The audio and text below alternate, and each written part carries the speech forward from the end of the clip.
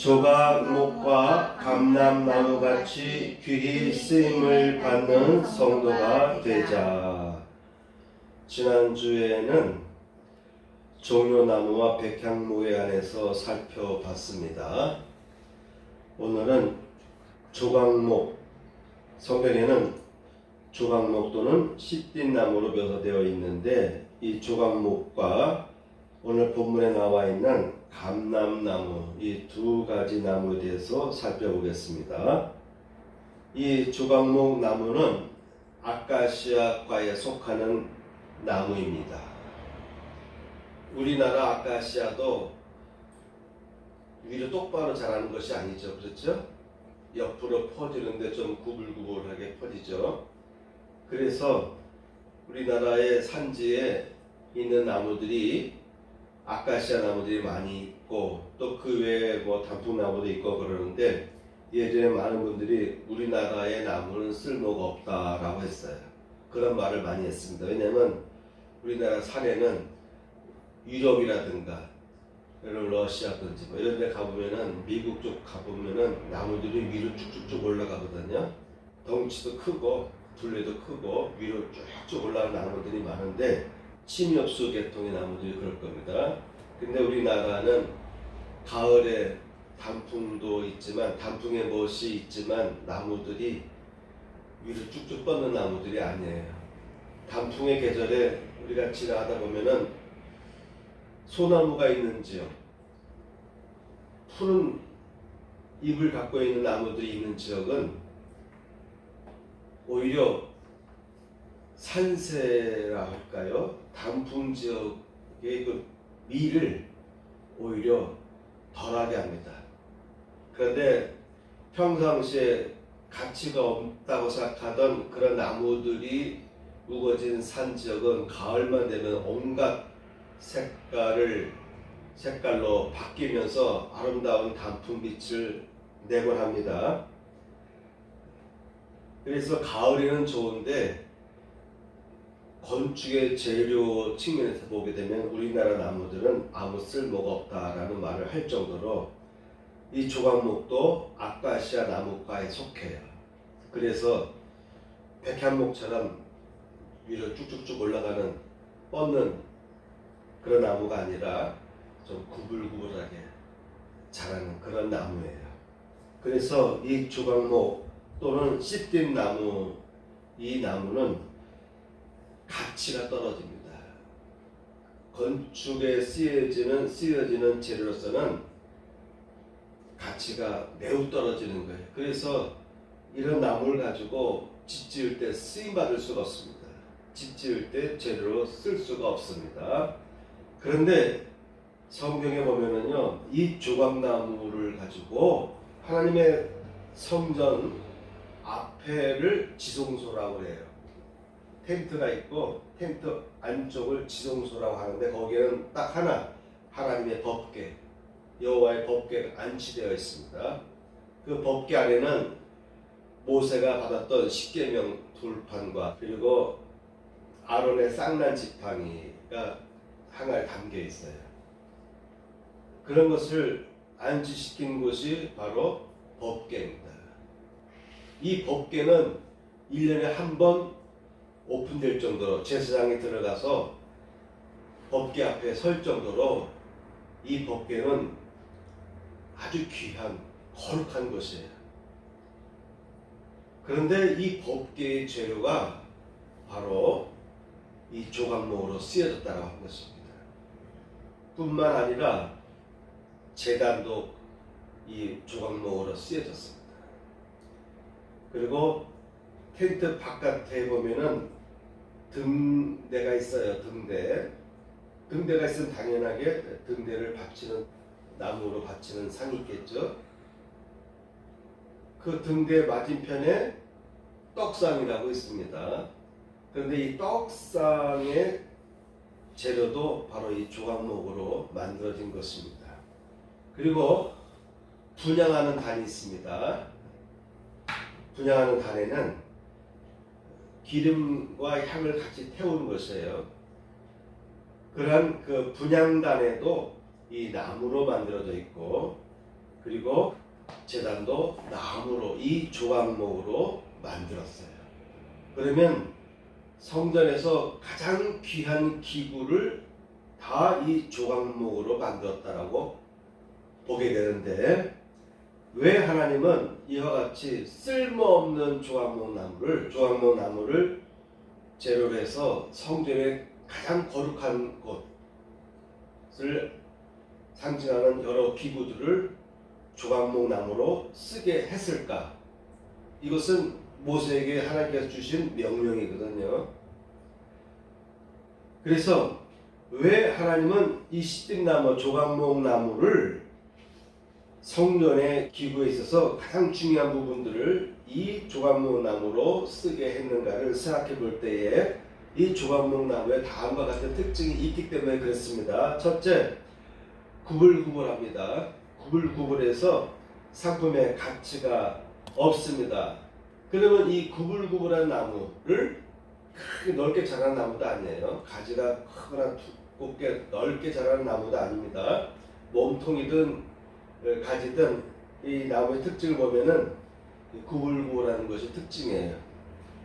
그런데 이 나무를 만일 하나님의 성전에 있는 여러 기구들을 쓰는데 사용하려면은 많이 잘라내야 돼요.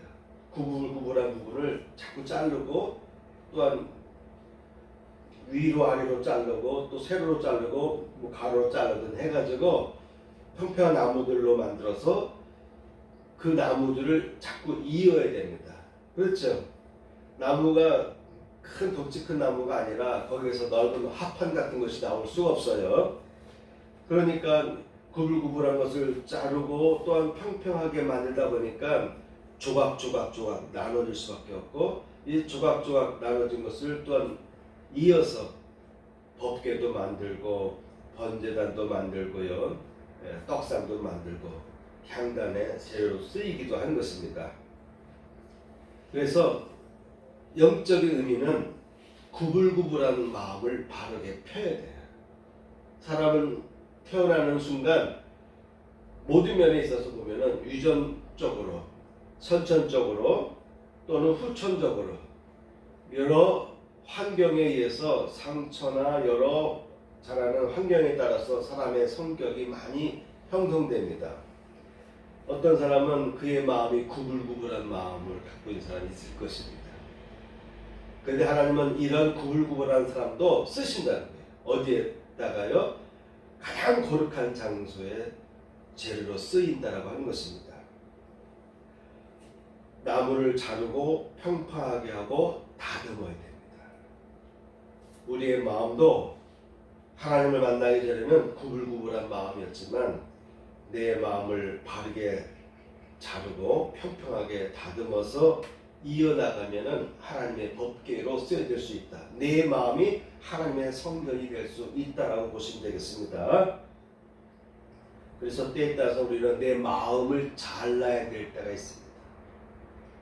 가장 깊은 영성은 자기를 보는 영성이에요. 자기를 보는 영성. 소크라테스가 내 자신을 알라 했는데, 성경으로 보게 되면은 자기의 구부러진 마음을 봐야 잘하지 않겠습니까? 내 마음이 너무 구불구불해. 이 마음으로는 하나님 앞에 쓰일 수가 없어. 세상에 쓰일 수가 없네. 그래서 구불구불한 부분을 잘라내고 평평하게 다듬는 일, 내 마음을 자르고 다듬는 것을 의미합니다. 둘째, 이 나무는 긴 가시가 뻗쳐 있습니다. 10cm, 15cm나 되는 긴 가시들이 뻗쳐 있습니다. 그런데 이런 나무를 성전에서 가장 거룩한 곳에 쓰여지는 기구의 재료로 쓰여졌다는 하는 것이죠. 자, 그러면 성전 안에 있는 기구에 쓰여지려면 당연하게 이 가시는 어떻게 되어야 됩니까? 어떻게 되어야 됩니까? 가시를 다 제거해야 되겠죠. 제일 먼저 가시는 제거되고 그 다음에 구불구불한 부분을 나눠서 잘라내겠죠. 역시 마찬가지로 마음밭에 가시가 돋쳐 있는 사람이 있습니다. 구불구불한 사람도 있고요. 그래서 똑바로 가지 못하는 거죠. 항상 마음에 똑바로 가지 못하고 마음이 항상 구불구불, 인생궤도 구불구불 가는 사람이 있어요. 그런데 두 번째, 긴 가시가 뻗쳐 있는 사람이 있습니다. 이 나무는 자기도 찌른다고 해요. 왜? 바람이 세게 불면 나무 가지가 흔들리잖아요. 그러다 보니까 가지끼리 흔들려 가지고 자기 몸을 찌르기도 한다고 묘사되어 있습니다. 뿐만 아니라 이 나무를 건드리려면 이 가시가 제거되어야 됩니다. 우리의 마음에는 가시가 돋아나는 사람이 있습니다. 우리의 마음 중에는 누구나 다 특정 부분에 가시가 돋아난 경우가 있을 거예요. 어떤 사람은 마음이 가시들로 가득한 사람이 있을 것이고, 어떤 사람은 일부분의 마음에서만 가시가 돋쳐 있는 경우가 있을 것입니다. 하나님 앞에 쓰임받는 나무가 되려면, 이 조각목이 하나님 앞에 쓰임 받으려면 먼저 가시를 제거해야 되는 것입니다. 이런 가시도 오랜 기간 동안에 유전적으로, 선천적으로 또는 어릴 때부터 환경 속에서 사회생활하는 가운데 여러 번 상처를 받으면서 내 안에 자리 잡게 되는 것이죠. 그래서 이 가시는 쉽게 제거되지를 않습니다. 때에 따라서는 내 안에 남을 상처 주는 가시가 있다는 것을 알기도 하지만도 내 안에 있는 이 가시를 뽑아내기 힘든 경우가 많아요. 남의 가시는 우리가 제거하기 쉬운데 내 안에 있는 가시는 진짜 제거하기가 힘든 것입니다. 그래서 예수께서도 너희는 자기 십자가를 져라. 이 말은 내 안에 있는 모든 것을 죽일 수 있어야 된다는 것을 의미하는 것입니다. 근데 어떤 사람들은요, 내 안에 있는 가시가 나의 특성이다, 나의 성질이야, 나의 성향이야 라고 이렇게 미화하기도 하는데요. 이러한 것들은 선천적으로 또는 후천적으로 형성된 것이지만 내 마음을 파괴하고 다른 사람의 마음에 상처를 줘서 대인관계에 금이 가게 하고 주변 사람들이 나를 멀리하고 기피하게 만드는 요인이 됩니다. 또한 내가 상대방을 찌름으로 인해서 나의 찌름을 받은 사람은 또한 그 사람에게도 상처가 돼서 그 상처가 계속 골마 터져서 그 사람도 또 그의 마음에서 가시가 자라게 될 것입니다. 내 안에 있는 가시는 사단의 세력들, 귀신들이 침입해 들어오는 통로가 돼요. 그래서 나를 지배하는 통로가 되는 것이죠. 귀신들은 바로 내 안에 있는 가시들을 어떻게 해서든지 자꾸 자극을 하려 하고 내 밖으로 들쑤시게 해서 누군가를 찌르게 하는 자극과 충동을 일으키려고 마귀는, 귀신들은 부단히 역사하는 거예요. 그래서 내 안에 있는 가시를 제거하면 마귀가 내 안에 앉아있을 자리가 없는 것입니다. 저의 영성을 아는 주변의 목회자들은, 어떤 사모님이나 목사님들은 저보고 치유 사역을 왜 안 하시냐고 자꾸 묻는 경우가 있어요. 근데 그분들하고 저와의 관점은 조금 달라요. 상대방의 깊은 내면 속까지 들여다가지고 분석하고 파악하기 때문에 어느 선에서 귀신이 자극하고 역사하는지까지 다 본단 말이에요. 그의 마음속에 성향화되고 특성화된 부분을 귀신이 어떻게 자극하는지 이런 데까지 보고 들어가고, 또한 그 부분을 무조건 예수 이름으로 귀신을 떠나가라고 말하기보다도 이 귀신을 쫓아낼 때는 여러 가지 방법이 있는 거예요. 우회에서도 쫓아낼 수가 있는 거예요. 환경을 바꿔줘서도 쫓아낼 수가 있고, 또 마음밭을 스스로 잘 다듬으면 자기가 역사할 수 있는 틈이 없어요. 그런 마귀가 떠나는 것입니다. 무조건 예수 이름으로 떠나가는데 그 귀신이요 다시 들어와요. 그래서 어떤 사람은 늘 귀신을 쫓아내야만 돼요. 그러니까 아무 의미가 없죠. 늘 귀신을 쫓아내는데 조금 있으면 또 귀신이 또 들어와 있어요. 그래서 그런 데까지 이렇게 보기 때문에 저는 가급적 이렇게 총체적으로 이렇게 대하려고 하고, 또한 기도, 중보 기도를 통해서 그 영혼을 위해서 기도하면서 그의 영혼이 사단에게 주저나지 않도록 귀신의 역사에서 좀 안정되고 벗어나도록 중보기도 하는 것도 하나의 방법이고요. 그렇게 바라보고 있습니다. 특히 귀신은 판단의 가시를 통해서 비판과 판단의 가시를 통해서 사람을 자극하기 쉬워요. 누구나 다 비판하는 거 좋아합니다. 그죠?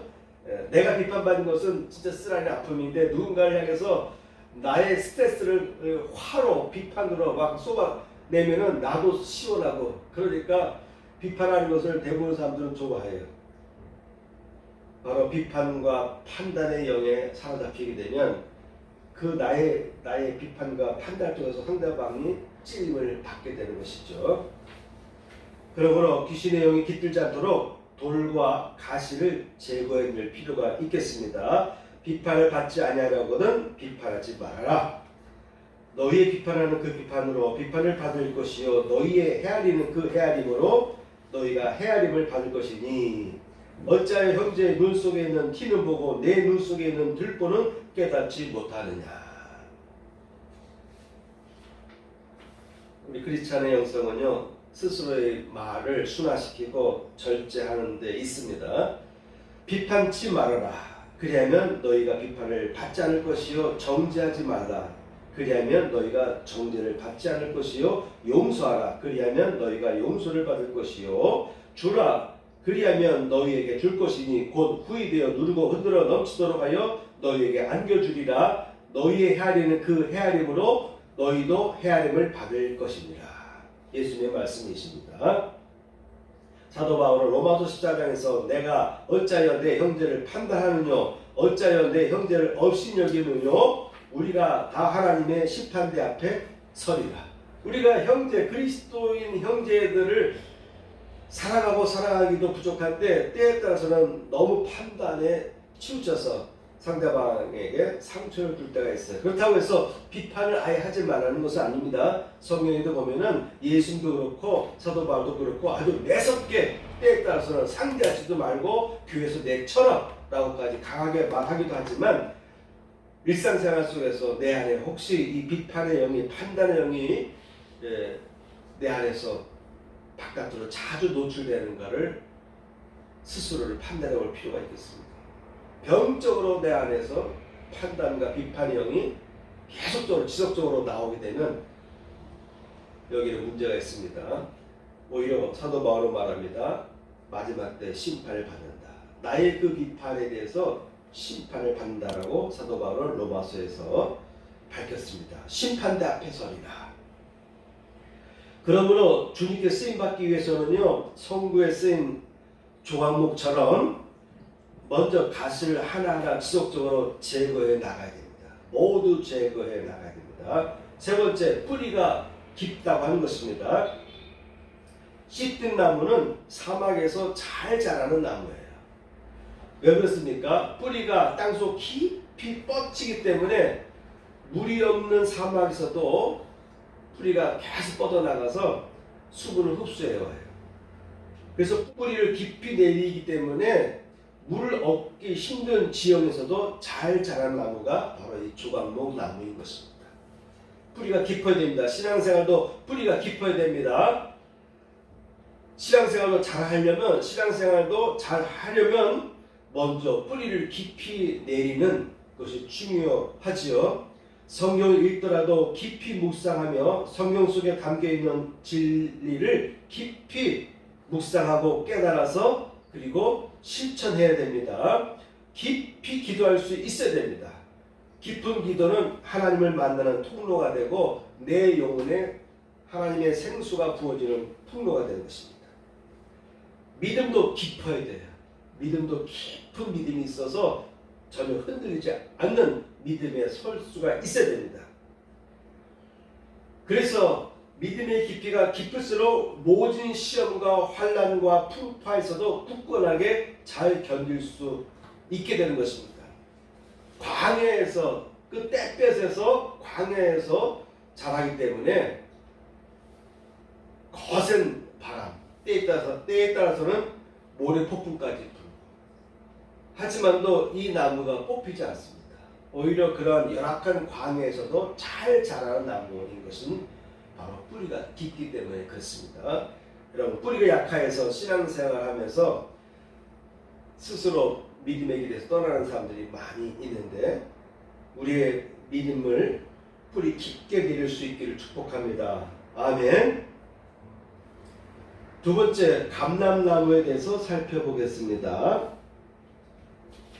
사도 바울은 구원받은 그리스도인을 좋은 감람나무에 접붙인 가지로 묘사했습니다. 우리 크리스찬들은 좋은 감람나무 누굽니까? 예수님. 예수님께 우리가 접붙인 가지다라고 묘사했습니다. 예수님도 본인 스스로를 요한복음 15장에서 나는 참 포도나무다. 나는 참 포도나무요 너희는 가지니 라고 하시면서 너희가 내 안에 거하지 아니하면 열매를 맺을 수 없다. 아무것도 할 수 없고 너희가 내 안에 거하면 너희가 열매를 많이 맺느니라 라고 당부했습니다.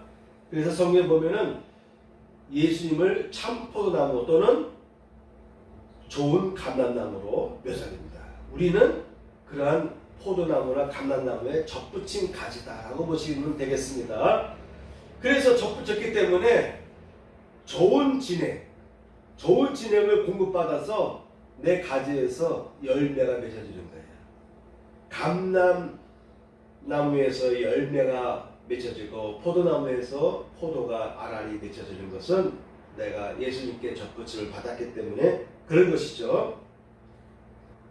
호세아서 14장 5절 보면 내가 이스라엘에게 이슬과 같으리니 그가 백합화 같이 피겠고 레마논 백향목 같이 뿌리가 박힐 것이라. 이 백향목도 뿌리가 깊이 박히는 것입니다. 성경에 나와 있는 이런 나무들의 특징을 보면 기본적으로 뿌리가 깊이 박히는 것이 특징인 것이고, 6절 보면은 그의 가지는 퍼지며 그의 아름다움은 감람나무와 같고 라고 되어 있어요. 그러니까 이스라엘을 비유한 것인데 하나님께서 이스라엘에게 복을 주시니까 이스라엘의 모습이 그의 아름다움은 감람나무와 같다. 그러니까 감람나무는 자태가 아름다움을 품고 있습니다. 조각목은 아름다움이 없겠죠. 그런데 이 감람나무는 자태가 아름답습니다. 그래서 하나님께서도 이스라엘 백성에게 하나님이 복을 주시는데 이스라엘의 아름다움이 감람나무와 같다라고 하나님께서도 묘사하셨습니다. 올리브는 일상적인 우리가 건강 상식으로 볼 때 심혈관의 건강에 좋죠. 나쁜 콜레스테롤을 몸 밖으로 혈관 밖으로 밀어내잖아요. 그래서 우리가 오메가3도 먹고 하지 않습니까?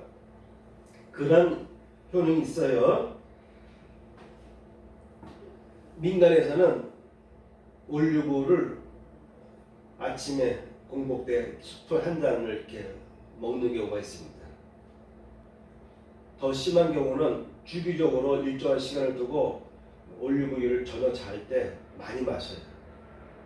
그러면 다음 날쯤 되면은 변으로 나오는데 간 옆에 쓸개 있잖아요. 쓸개에서 췌장으로 연결되는 담관이라 했죠. 담관, 췌장으로 연결되는 관이 있는데 그걸 담관이라는데 거기가 가끔 막혀요. 담관에서 소화 효소가 나오는데 이것이 막혀가지고 알갱이가 돼가지고 막힐 때가 있어요.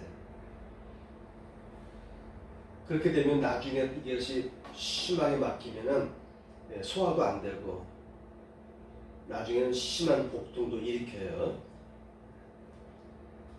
그래서 그런 담관을 뚫기 위해서 주기적으로 올리브유를 자기 전에 많이 마시고 자는 그런 사람도 있어요. 별을 보니까 담관에 막혀있던 그 돌덩어리들, 그 돌덩어리들이 나오는 것을 본인들이 이렇게 걸러내 사진 찍은 모습도 있습니다. 이건 주로 민간에서 쓰는 것이고요. 호흡기 질병의 약재로도 쓰이고 해독제로도 쓰이기도 한다고 합니다.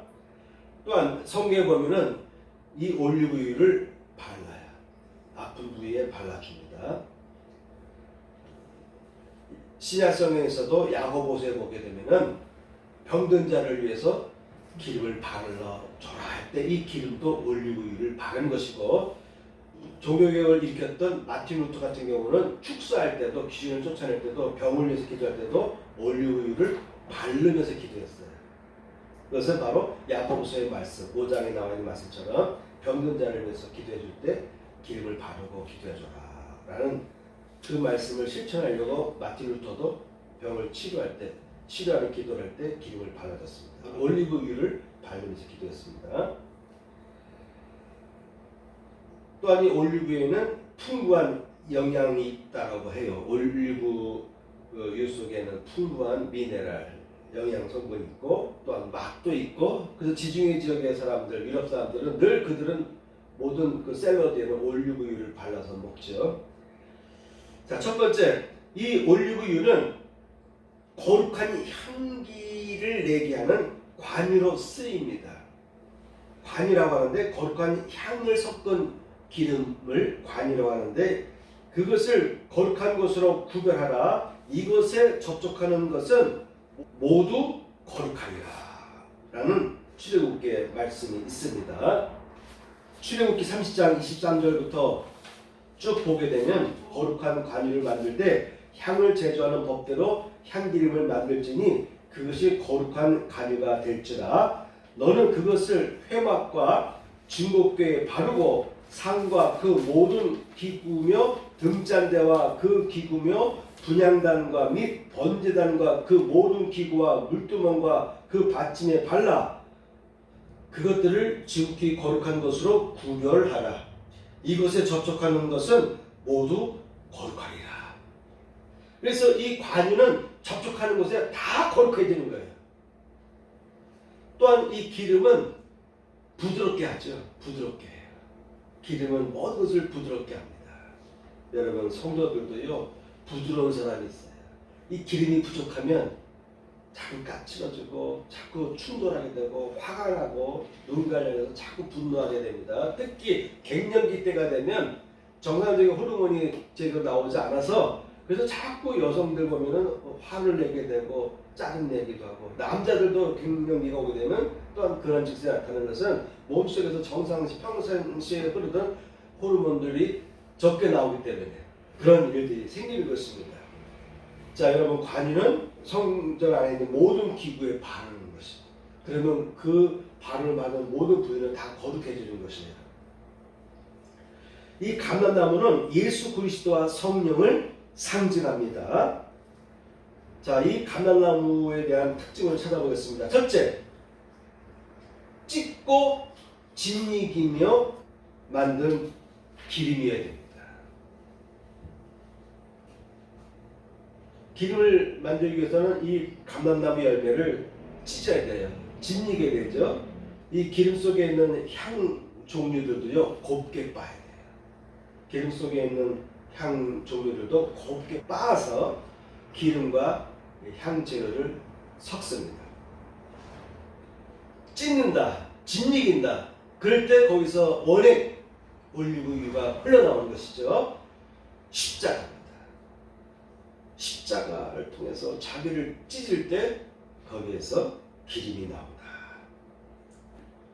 또한 감람으로 짠 순수한 기름을, 이렇게 해서 순수한 기름을 등불을 위하여서 가져오라라고 하나님은 명령하셨습니다. 그리고 이 불이 끊이지 않도록 계속 감람유를 공급하라라고 하나님은 출애굽기에서 명령하셨습니다. 이 외에도요, 성구에 쓰이는 기구들의 받침들을 보면요, 등잔도 그렇고 받침들 보면은 금으로 덮이기도 하는데 쳐서 만들어야 돼요. 녹여서 만든 주형이 아니라, 녹여서 부은 것이 아니라 금을 붙인 다음에 일일이 다 거기를 쳐가지고 모양을 만드는 거예요. 모양을 만드는데 쳐서. 이 말은 뭐냐면은 모난 부분들을 다 쳐내야 된다는 거예요. 일단은 깊이 파이기도 하고 떨어져 나가기도 하는데 그 결과의 모습은 아름답습니다. 그래서 조각목으로 된 상 주변을 금으로 두르는데 여러 가지 모양을 꽃 모양들을 이렇게 알아 새기는데 금을 쳐서 그래서 모양을 만들어내요. 바로 이와 같이 우리가 내 몸을 내 마음을 말씀으로 쳐서 때에 따라서는 찌르고 갈라내고 부서뜨릴 때 그의 영혼은 아름답게 성장하는 것이다 라고 이해하시면 되겠습니다. 두 번째는 자기를 태워요. 기름은 자기를 태워 없어요. 그렇죠? 희생을 의미합니다. 나를 태워서 주변을 밝게 하는 거예요. 내 안에 있는 에너지를 태워서 내 밖으로 열 에너지를 발산하고 빛 에너지를 발산합니다. 바로 희생을 의미합니다. 세 번째, 불을 밝혀주잖아요. 어둠을 밝혀주죠. 그래서 회막 안에서 증거계 앞 회장 바깥이죠. 바깥에서 저녁부터 아침까지 항상 여호와 앞에 그 등불을 보살펴라. 이 등불이 계속 불이 꺼지지 않도록 계속 공급해야 됩니다.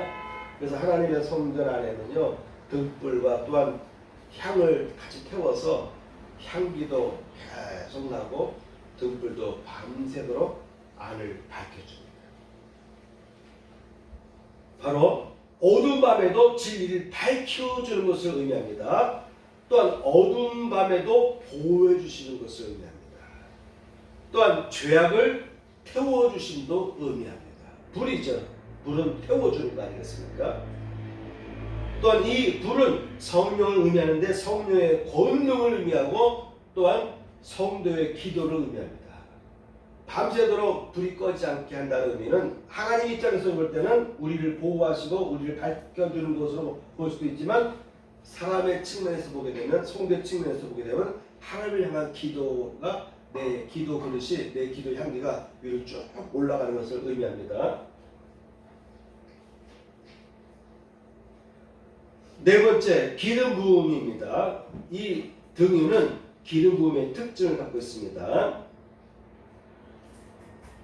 너는 아론과 그의 아들들에게 기름을 발라 그들을 거룩하게 하고, 그래서 성경에 보게 되면 제사장들과 왕은 반드시 올리브유를 바르게 되어 있어요. 올리브유를 바르면서 기도하게 되어 있습니다. 안수하게 되어 있습니다. 그래서 왕과 제사장에게 부어졌습니다. 이는 오늘날로 말하면 왕같은 제사장, 베드로가 선포했죠. 우리는 왕같은 제사장이다.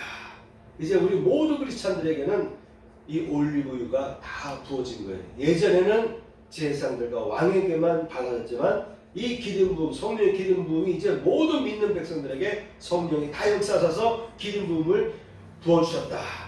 우리 모두는 기름 부음 받은 존재다 라고 이해하시기 바랍니다.